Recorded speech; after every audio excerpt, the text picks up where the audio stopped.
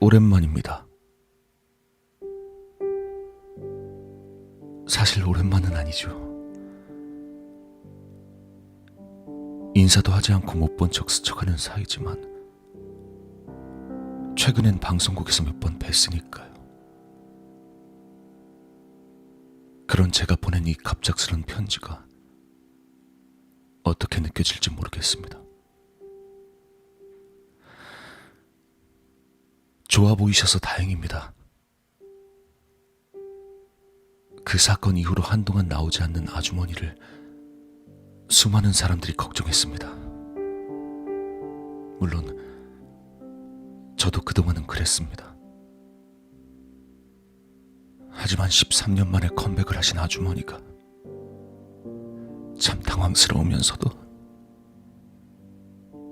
저의 마음 한구석을 괴롭게 했습니다.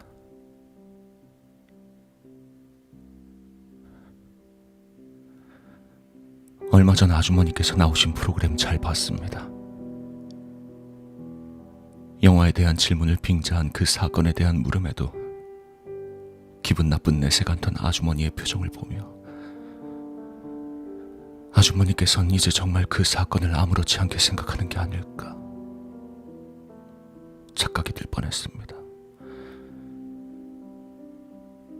시나리오를 받고 이 영화를 꼭 하고 싶어서 고민하고 고민하다 어렵게 컴백을 결정했다는 말씀을 듣고 나서 그 영화를 다 보고 나서야 저는 아직까지 아주머니가 그 사건에 대한 후회를 끝내지 못하고 있다는 걸 깨달았습니다. 영화에서의 아주머니는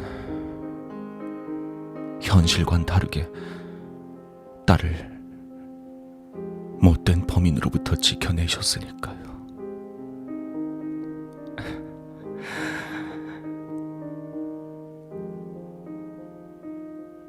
따님이 제일 보고 싶을 때가 언제냐는 배려 없고 멍청한 질문에 아주머니께서 옛날처럼 교복을 입고 인사하던 예나가 꿈에 나왔을 때라고 하셨죠.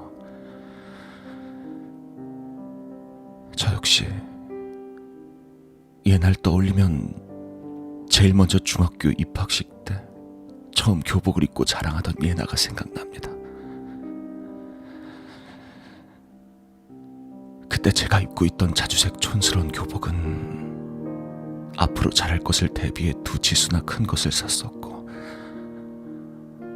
덕분에 맞지도 않는 남의 옷을 훔쳐 입은 것 같았어요.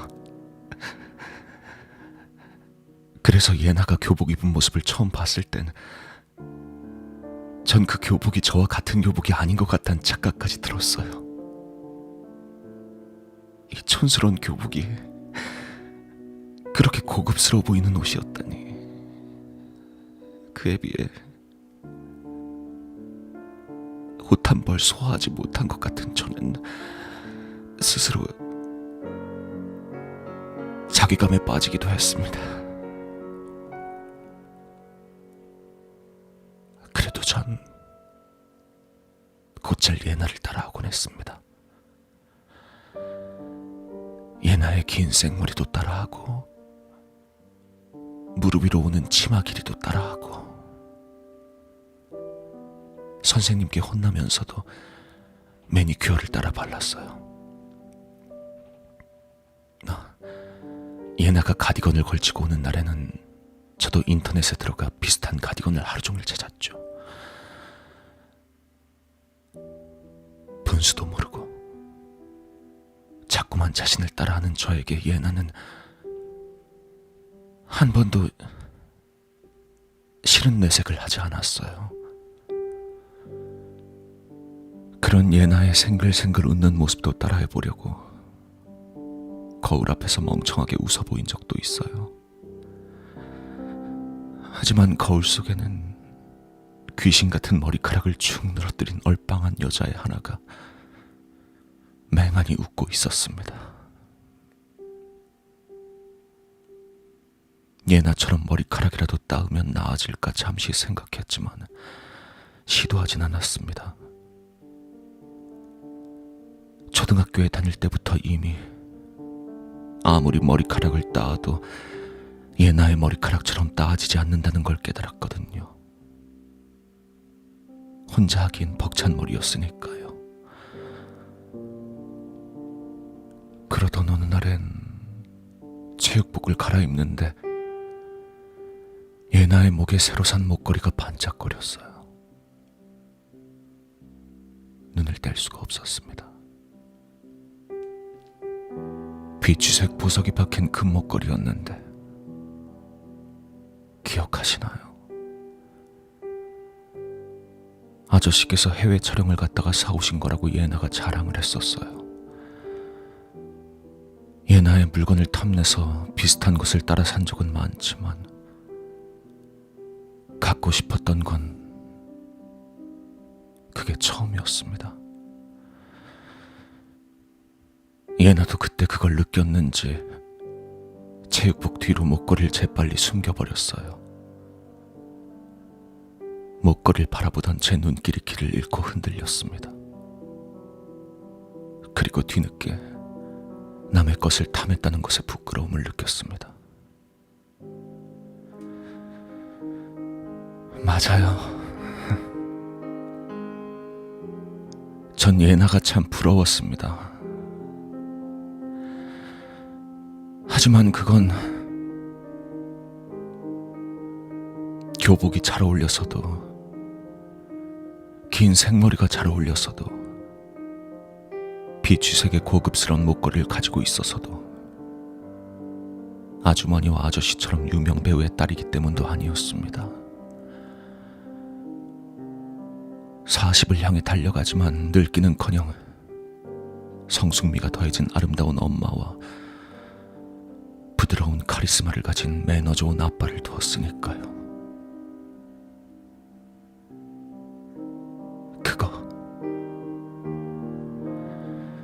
딱 그것이 부러웠습니다. 전 예나를 보며 항상 저런 엄마가 차려주는 밥은 얼마나 맛있을까, 저런 아빠가 매일 차를 태워주는 아침은 얼마나 행복할까, 그런 생각을 했습니다. 예나를 따라하면 제 시궁창 같은 부모도 아주머니, 아저씨 같은 사람이 되어 나타나지 않을까 하는 그런 말도 안 되는 착각을 하면서 살았어요.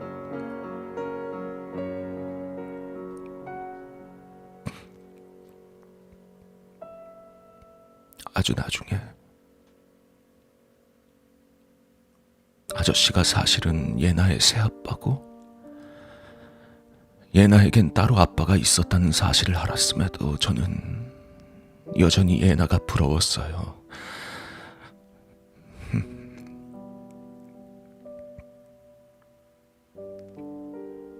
건물의 무너짐이 작은 금에서부터 시작하듯이 제 시작도 아주 사소했습니다. 아시다시피 저는 부모에게서 버림받고 할머니, 할아버지 손에서 자랐어요. 그리고 전 그걸 제 집으로 여겼죠.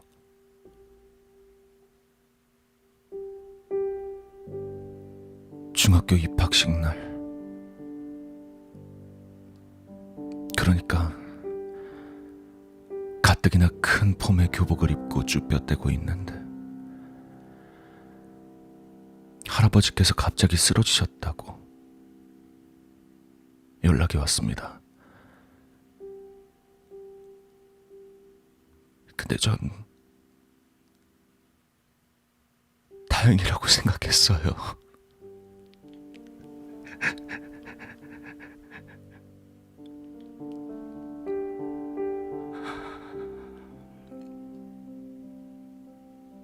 입학식 날부터 할머니, 할아버지가 오느니 부모님이 일이 너무 바빠서 오지 않았다고 거짓말하는 쪽이 훨씬 보기 좋다고 생각했거든요.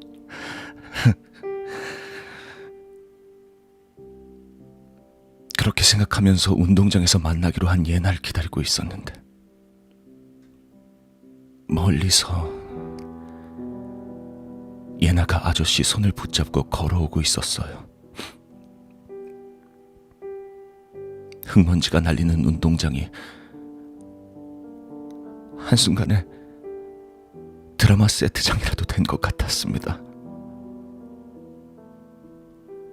자식의 손을 잡고 있던 부모들은 아저씨를 쳐다보다가 핸드폰을 들어 사진을 찍기 시작했습니다. 정작 아저씨는 그런 사람들은 신경 쓰지도 않고 저에게 곧장 다가와서 할머니는 어디 계시냐고 물었어요.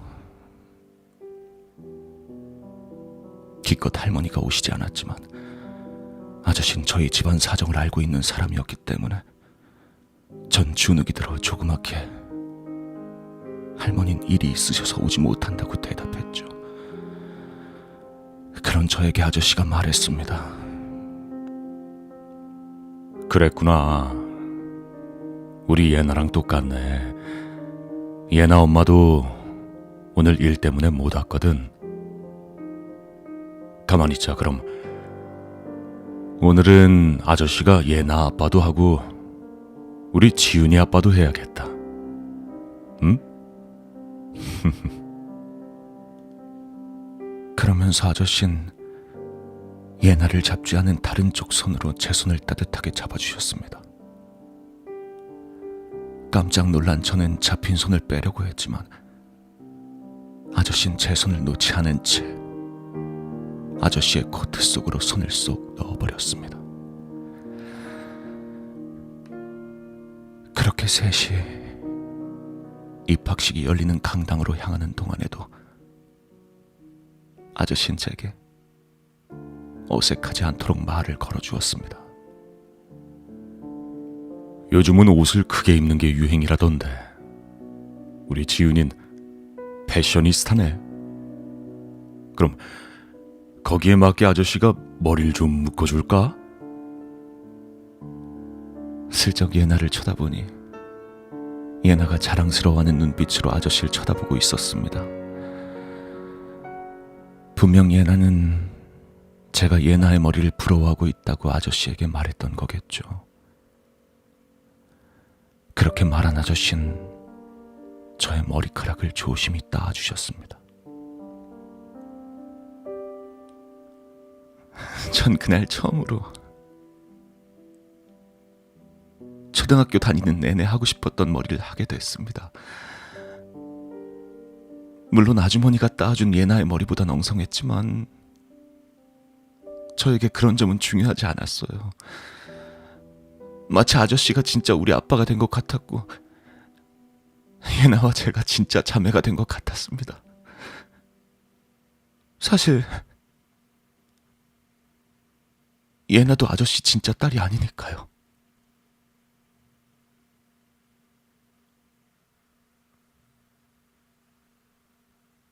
전 그날부터 아빠가 가지고 싶어졌습니다. 쓸모없는 것이라도 못 갖는다는 것을 알게 되면 더 갖고 싶어지는 것처럼 전 아빠를 원했어요. 눈웃음을 따라 눈주름이 생긴 자상한 얼굴로 미소 짓는 아저씨가 머리를 쓰다듬는 예나를 부러워했습니다. 자연스럽게 어깨동무를 하듯 한 팔에 예나를 안아주는 아저씨를 보며 예나가 부러웠고 혹시나 추울까봐 코트 속으로 예나를 숨기는 아저씨를 보며 예나가 부러웠습니다. 그러다 점점 저는 아저씨의 손길을 바라기 시작했어요.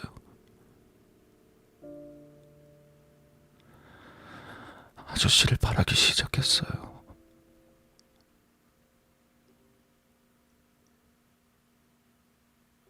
아주머니가 나오셨던 프로그램에서 중간에 깜짝 게스트로 아저씨가 나오셨죠. 그리고 눈물을 흘리는 아주머니를 꼭 안으며 분노에 찬 목소리로 그 사건에 대해 그리고 그 살인범에 대해 악을 쓰듯 말을 토해내셨죠. 그 모습을 보면서 저는 처음으로 의문이 들었어요. 아주머니는 여전히 예나를 죽인 범인이 아주머니의 전 남편이란 거에 대해서 한치의 의심도 하지 않고 계시는 걸까? 유명 여배우의 전 남편이 자신의 딸인 예나를 납치한 날, 그날 전 경찰에게 말했던 것과는 달리 그가 예나를 데려가는 걸 봤어요. 하지만 그건 분명히 모든 사람들이 언급했던 납치라는 말과는 다른 형태였거든요. 그날 학교가 끝나고 추운 날씨 때문에 저희는 어딘가에 같이 있다가 학원을 갈지 아니면 각자 집에 갔다가 학원을 갈지 고민을 하고 있었어요. 근데 예나는 평소와는 달리 대화에 통 집중하지 못하고 핸드폰만 들여다보고 있었습니다. 전 예나의 그런 태도에 화가 나서 결국 왜 핸드폰만 들여다보고 있냐며 화를 냈었죠. 그랬더니 예나가 미안, 나 아빠가 데리러 올 수도 있을 것 같아 라고 마치 제가 그 말을 기대했다는 것을 알았기라도 하단 듯이 예나가 말을 꺼냈습니다. 전 애써 기쁜 표정을 숨기며 아량 넓은 친구인 것처럼 말했죠. 그래, 그럼 내가 같이 기다려줄게. 그렇게 한참을 학교 근처 놀이터에 앉아 있었습니다. 가만히 앉아있기엔 추운 날씨였겠지만 춥게 느껴지지 않았습니다. 아저씨를 기다리는 일이었으니까요. 하지만 그런 저와 예나에게 다가온 것은 아저씨가 아니었습니다. 예나의 진짜 아빠가 왔죠. 그제서야 예나를 데리러 오는 인물이 아저씨가 아니라 그라는 것을 알았습니다. 그리고 그 순간 허망함과 배신감이 왈칵 올라왔습니다. 아저씨를 두고 저런 남자를 아빠라고 부르다니. 순간 예나가 저의 행복을 앗아가는 비열한 악마가 아닐까 하는 생각까지 들었어요. 예난 그에게 아빠 라고 소리를 지르며 달려가 안겼습니다. 그 남잔 당황스러워 보였지만 곧 웃으며 예나를 안아들었죠. 예나는 그의 손을 꼭 붙잡고 웃으면서 저에게 말했습니다. 나 이제 아빠랑 살 거야.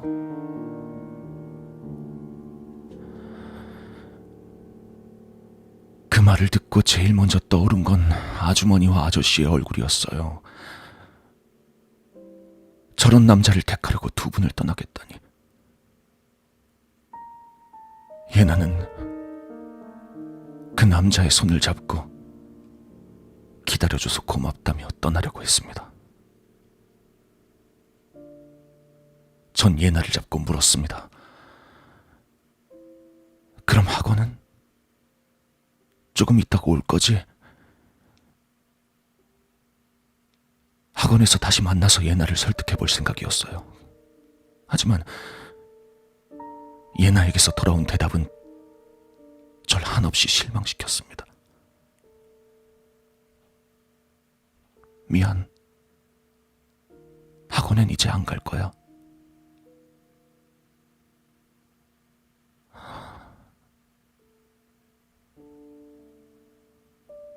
실망이라는 감정을 넘어 두렵기까지 했습니다.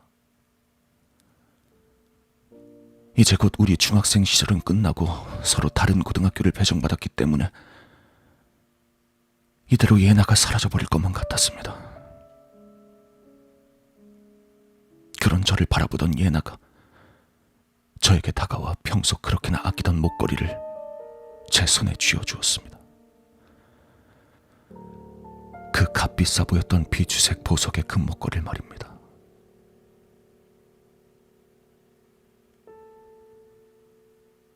가지고 싶어 했던 거 알아. 난 이제 필요 없으니까 너 줄게.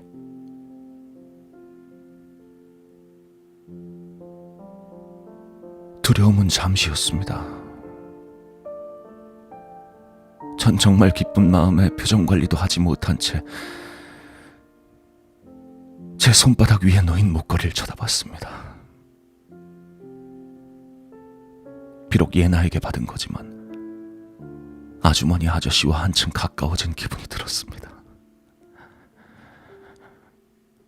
동시에 예나가 이 목걸이와 어울리지 않는 여자가 된 것 같았거든요. 예나는 이제 자상한 눈웃음과 부드러운 카리스마가 있는 아빠가 없으니까요.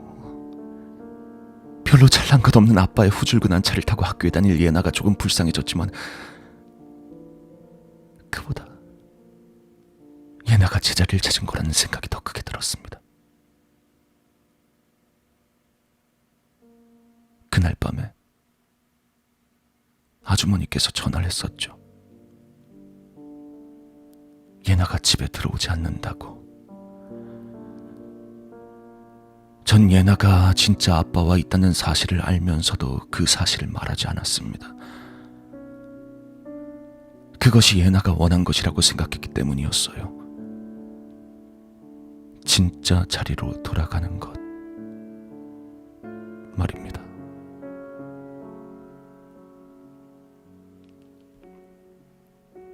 왜 예나가 그런 일을 당해야 했는지 모르겠다고 하셨나요? 결국 감옥에서 목숨을 끊은 전 남편에게 진실을 듣지 못했다고 억울해하셨나요?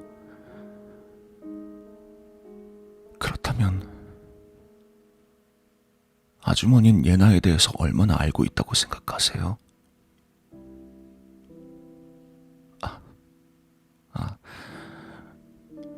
이 질문의 의도가 아주머니를 비난하는 것이 아님을 알아주셨으면 합니다.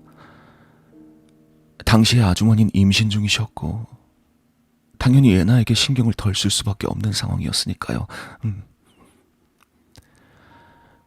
그 무렵에 예나는 중학교 입학식 때 예나가 아니었어요. 하얗던 피부는 푸석해져서 생기를 잃어갔고 늘 웃고 있던 입술엔 핏기가 사라지기 시작했습니다. 꼭 어디가 아픈 사람처럼요. 늘 저를 밝혀주는 햇살처럼 웃던 예나가 처음 제 앞에서 눈물을 흘렸던 날은 아마도 여름방학이 시작되기 직전, 그러니까 아주머니의 임신 소식을 듣고 얼마 지나지 않았을 때였을 거예요. 예나는 아주머니의 임신 때문이라고 말할 뿐 왜 우는지는 말을 하지 않았습니다. 그래서 전 생각했습니다. 아주머니께서 아저씨의 진짜 아이를 임신했기 때문이 아닐까? 아저씨의 진짜 아이가 태어난다면 예나는 가짜니까요. 가짜.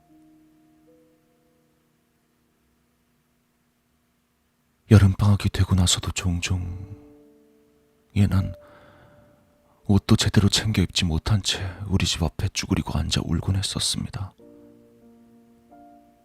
전 예나를 데리고 집에 들어가려고 했으나 예난 거부했죠.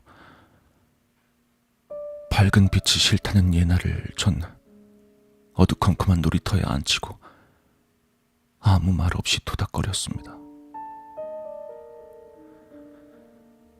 그 작은 몸이 뭐가 그렇게 무서운지 1시간을 내내 부들부들 떨고 있었습니다.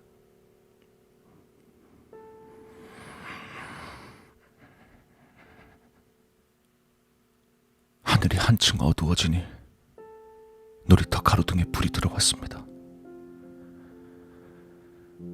그제서야 전 예나를 제대로 볼 수 있었습니다. 얼굴은 보이지 않지만 언뜻 보이는 예나의 옷 속은 모기가 문 것 마냥 빨간 자국들로 가득 차 있었습니다. 그렇게 한참을 울던 예나는 아무 말 없이 돌아갔어요. 그런 일이 몇 번이나 반복되던 어느 날 예나가 말을 꺼냈습니다. 그때 저로선 예나가 하는 말을 완전히 이해하지 못했죠.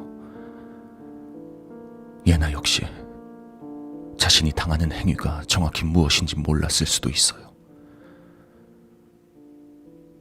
예난 아저씨가 맨 처음 예나에게 그 행위를 강요할 때 그 말을 기억하고 있었습니다.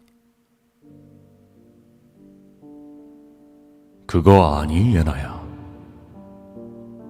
지금 엄마가 예나 동생을 임신을 하게 돼서 아저씨랑 사랑을 잘 나누질 못해. 그래서 예나가 엄마 몰래 아저씨를 도와줬으면 좋겠어. 왜냐하면 아저씨는 엄마를 사랑하고 엄마를 쏙 닮은 예나도 사랑하기 때문이야.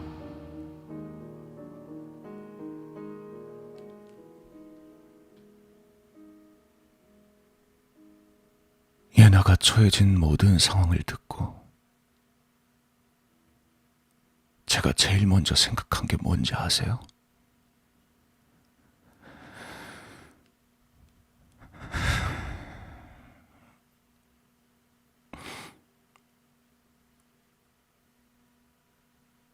부럽다.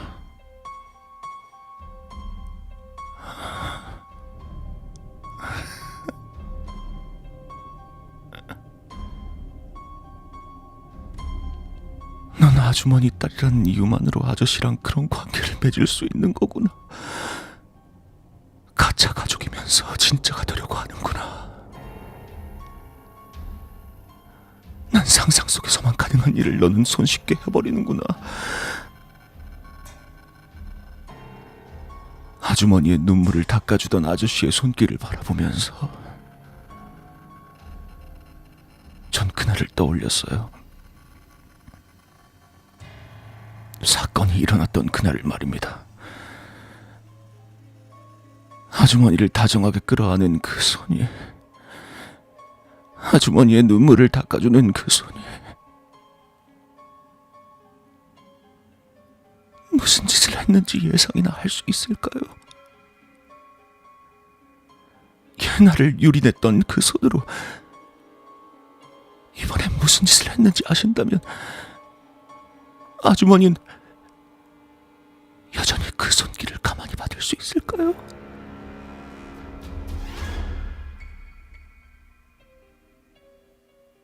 전 다음 날 예나의 부탁으로 그 집에 갔었어요.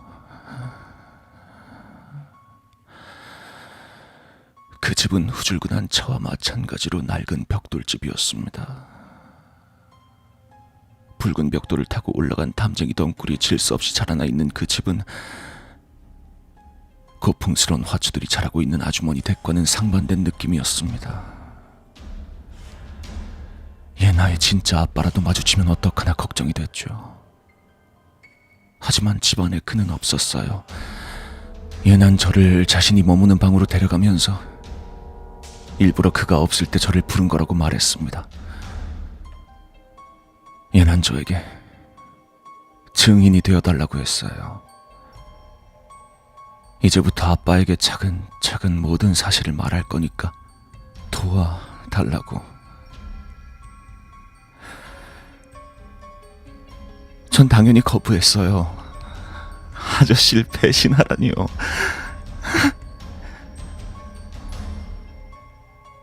예난 저를 원망스럽게 쳐다봤어요. 예나의 그 커다랗고 예쁜 눈에 눈물이 가득 고였습니다. 그때였어요. 조용했던 집이 초인종 소리로 가득 찼습니다. 예난 저에게 여기 앉아서 좀 더 생각해달라고 말하곤 그대로 방을 나갔어요. 전 더 생각해볼 가치도 없다고 생각했어요. 그래서 예나가 방을 나서고 얼마 지나지 않아 집을 나가기 위해서 조심히 방문을 열었습니다. 문틈 사이로 예나를 찾아온 손님이 보였어요. 집으로 찾아온 사람은 바로 아저씨였습니다. 아마 예나의 진짜 아빠가 아주머니께 보낸 문자를 먼저 봤던 거였겠죠. 아저씨는 다짜고짜 예나를 보고 자신이 잘못했으니 모든 걸 없던 일로 하자고 말했습니다. 전 본능적으로 문 뒤로 숨었습니다. 아저씨는 앞으로 아무 짓도 하지 않을 테니 모든 걸 비밀로 하고 집으로 들어가자며 예나를 끌고 가려고 했습니다. 예나야, 내가 너 여기 있는 걸 어떻게 알았겠니? 너희 아빠가 연락하신 거야, 나한테.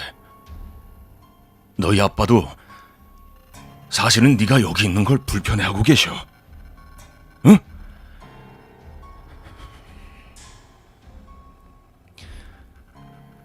돌아가자. 하지만 예나는 이미 마음을 먹은 듯 소리치며 반항했습니다. 아저씨가 있는 집엔 안 갈 거예요. 아빠에게 모든 사실을 말하더라도 저는 아저씨가 있는 그 집엔 안 가요. 그때였습니다. 아무 말도 없이 서 있던 아저씨의 눈빛이 번뜩하더니 눈 깜짝할 사이 아저씨는 예나의 목을 강하게 쥐었습니다. 그대로 목이 졸린 예나는 끄극하는 이상한 소리를 내며 격하게 몸을 움직였습니다. 하지만 그것도 잠시. 예나의 여린 몸은 천천히 움직임이 없어지기 시작했고 결국 아저씨의 손을 꼬집고 핥혔던 예나의 작은 두 손이 힘없이 툭 떨어졌습니다. 전 깜짝 놀라 문에서 떨어지기 위해 뒷걸음질을 쳤습니다. 그러다 전 바닥에 놓여있던 컵을 발로 차버렸고 컵은 커다란 소리를 내며 넘어졌습니다. 예나가 저를 위해 내온 주스가 담긴 컵이었죠. 아저씨는 고개를 휙 돌리더니 제가 있던 방으로 달려와 방문을 확 열었습니다. 저를 보고 당황한 아저씨는 방으로 들어와서는 조용히 방문을 닫았습니다. 하지만 그것뿐. 아저씨는 아무런 행동도 하지 못했습니다. 전 아저씨가 겁을 내고 있다는 걸 알았어요. 저 역시 아저씨에게 무슨 말을 걸까 고민했지만 쉽게 말이 나오지 않았습니다. 하지만 한 가지 생각만큼은 확실하게 들었습니다. 아저씨, 제가 도와드릴게요. 제 말을 들은 아저씨는 두려운 눈빛으로 저를 쳐다봤어요. 걱정 마세요, 아저씨. 전 아저씨 편이에요. 제가 증인이 될게요. 아저씨는 여전히 겁을 잔뜩 먹어서 손을 달달 떨었습니다. 아저씨, 제가 공범이 되어드릴게요. 아저씨의 눈이 놀란 듯 커다래졌습니다. 예나의 진짜 아빠가 예나를 죽였다고 말할게요. 진짜 아빠가 곧 온다고 했어요. 아저씨는 진짜 아빠가 곧 온다는 말에 정신을 차린 듯 움직이지 않는 예나를 뒤돌아봤습니다. 우리가 예나 몸만 잘 닦으면 아무도 모를 거예요. 참 어린아이 같은 발상이었습니다. 요즘처럼 차마다 블랙박스가 있고 골목마다 CCTV가 있다면 절대 통하지 않았겠죠. 그 뒤로는 아주머니가 아는 것과 크게 다르지 않습니다. 아저씨는 집으로 돌아가 아주머니께 예나가 전 남편의 집에 있는 것 같다고 제가 연락을 드렸다고 말했겠죠. 그리고 경찰들과 함께 집을 방문하는 게 좋을 것 같다고요. 전 그대로 예나의 방에 조용히 있었어요. 아주머니의 전 남편이 들어와서 예나를 발견할 때까지. 그리고 경찰이 와야 할 타이밍을 아저씨에게 알려줄 때까지. 곧 그가 돌아와 예나를 품에 안고 울고 있었고 경찰과 두 분이 들어왔죠. 그리고 그때 방에서 제가 나오며 울고 있는 그를 가리키며 말했죠. 저 아저씨가 예나를 죽였어요. 그는 그렇게 전 와이프를 잊지 못해 자신의 딸을 죽인 살인자가 되었습니다. 물론 그 사건이 그의 짓이 될 수 있었던 이유에는 엉터리 언론 역시 한 몫을 했죠. 그리고 사건이 잠잠해지자 아저씨는 저를 찾아왔습니다.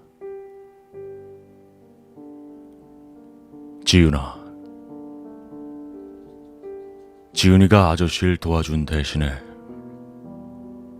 아저씨도 널 도와줄게.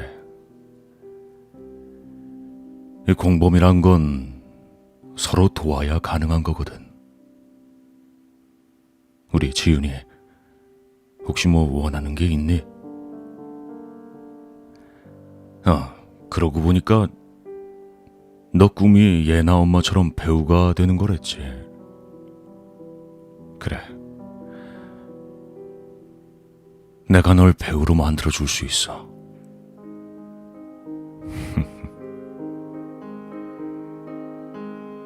아저씨는 그 뒤로 저를 아역배우로 만들기 위해 애를 썼습니다. 사실 배우가 되고 싶은 생각은 크지 않았어요. 하지만 전 아저씨의 뜻을 따라 배우가 됐습니다. 저를 배우로 만들려고 하는 일 자체가 아저씨 자신의 불안감을 없애기 위함이라는 것을 알고 있었거든요. 제가 원하는 건 따로 있었어요. 맞아요. 전 아저씨 자체를 원한 거예요. 하지만 그땐 힘들어 보이는 아저씨에게 그 말을 할 수가 없었어요. 대신 아저씨에게 처음으로 부탁 한 가지를 했습니다.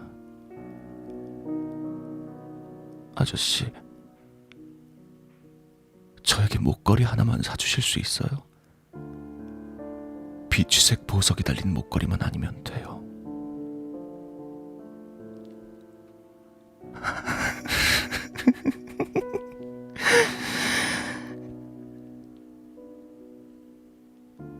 아저씨는 다음날 바로 저에게 목걸이를 사다 줬어요. 맞아요.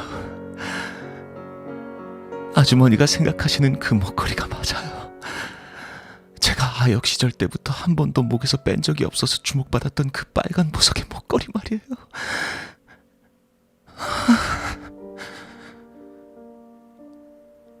그 목걸이를 받고 집으로 돌아간 저는 예나가 준 목걸이를 쓰레기통에 버렸습니다. 저에겐 진짜가 있고 예나가 준 목걸이는 필요가 없었으니까요.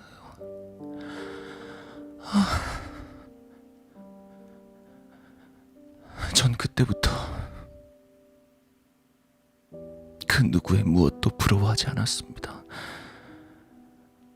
아저씨가 저에게 사줬던 그 목걸이가 저에겐 제일 소중한 보물이었으니까요.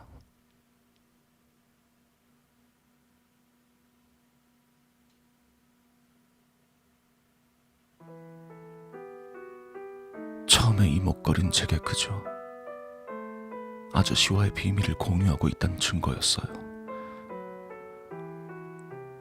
하지만 침대에 누워 가만히 목걸이를 들여다보고 있으면 매일매일 그 작은 물건의 의미는 점점 커져만 갔습니다. 어린 마음에 전 제가 예나가 될 수 있을 거라고 생각했습니다. 결국 예나는 죽었고 아주머니의 아이는 유산됐으니까요. 어쩌면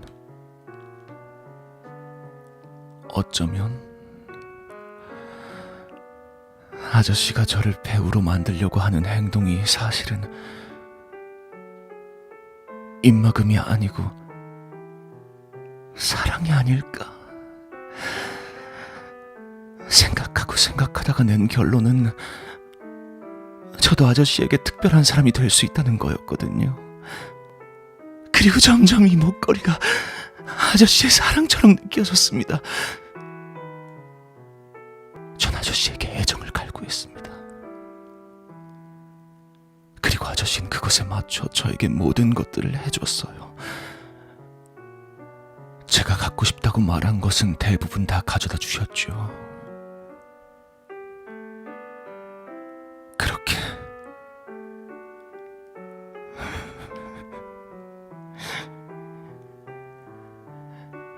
그렇게 전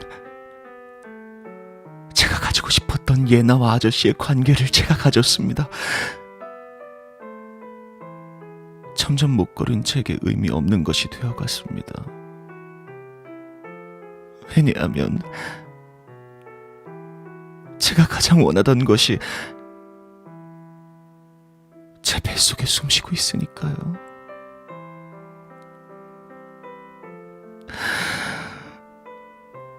정말 행복했습니다. 앞으로는 방송 생활은 접고 이 아이만 올바르게 키우기 위해서 조용히 살아갈 생각이었습니다. 근데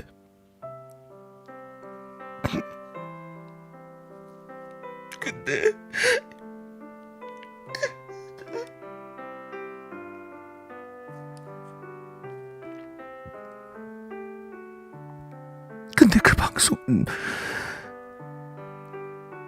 이런 제 꿈을 잔인하게 짓밟았어요. 아주머니를 아는 아저씨를 마지막으로 전 자리에서 일어났습니다.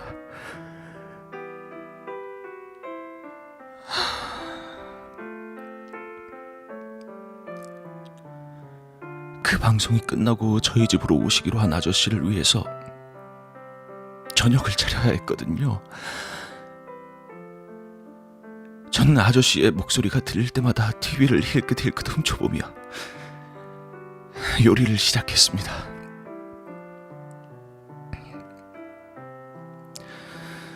(13년) 만에 컴백으로 시작해 아주머니의 눈물로 클로징을 따르는 그런 식상하고 뻔한 인터뷰는 마지막을 향해 갔습니다. 그때였죠.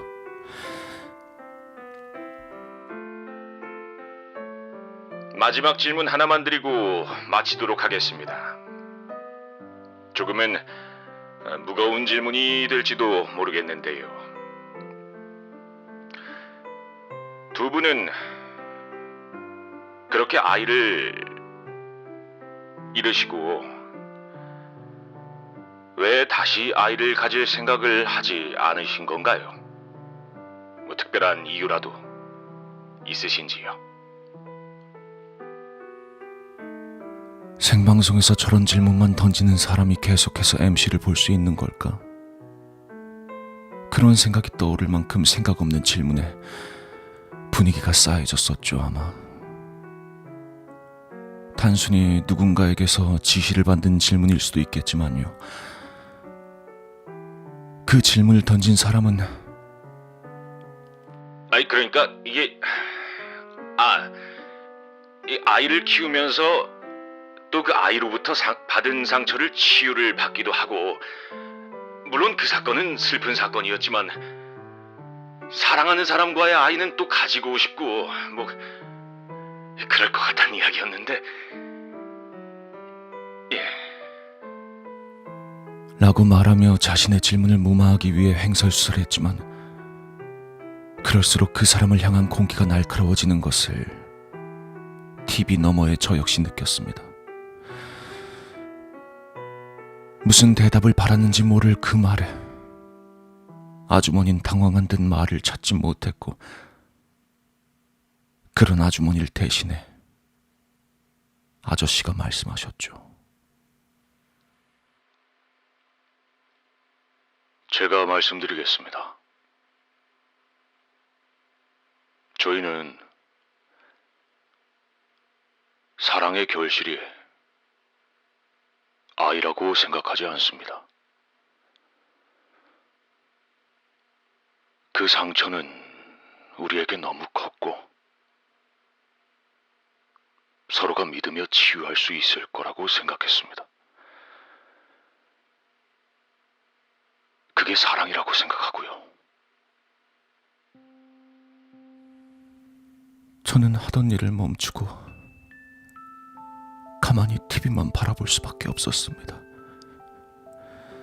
전 아저씨가 아주머니를 사랑하지 않기 때문에 아이를 갖지 않았다고 대답하길 바랐습니다.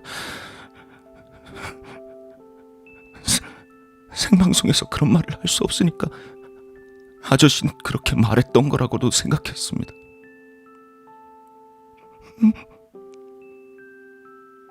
하지만 그럼에도 사랑의 결실이 아이가 아니라면 그럼 제 뱃속에서 숨쉬고 있는 이건 뭘까요?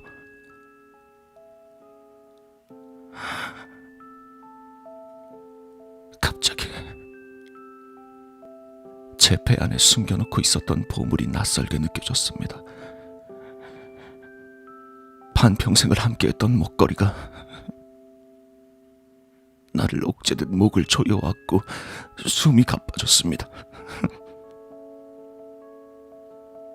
사실은 내가 목에 걸고 있던 것이 목걸이가 아니라 폐문 아닐까, 그런 생각이 들었습니다. 그렇다면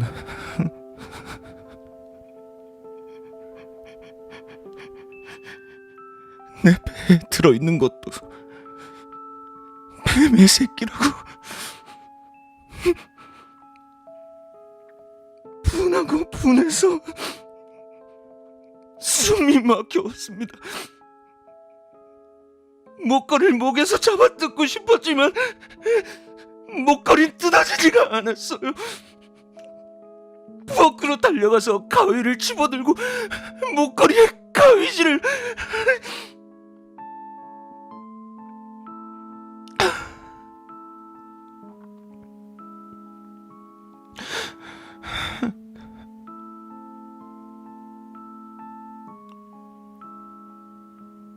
목걸이에 가위질을 마구 하고 나서야 목걸이로부터 벗어날 수 있었습니다.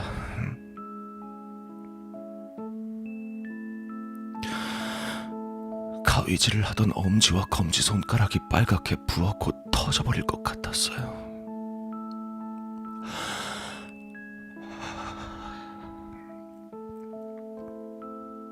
뒤늦게 아픔이 밀려왔습니다. 이 아픔이 손가락의 아픔만은 아니라는 것을 이젠 전 알아요.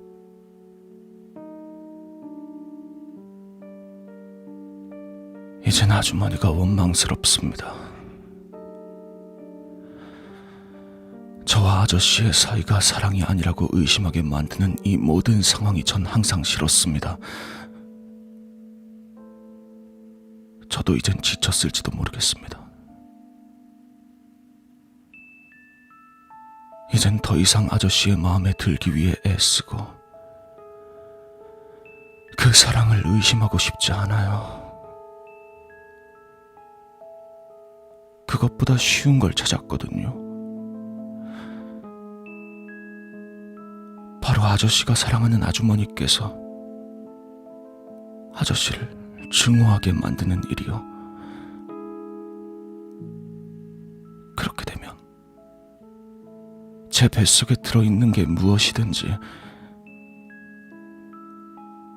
아저씨에게 남는 건 우리뿐이잖아요? 전 아주머니가 진실을 알고 상처받고 무너졌으면 좋겠습니다. 고통받았으면 좋겠습니다. 그래서 저를 원망하고 아저씨를 저주하셨으면 좋겠습니다.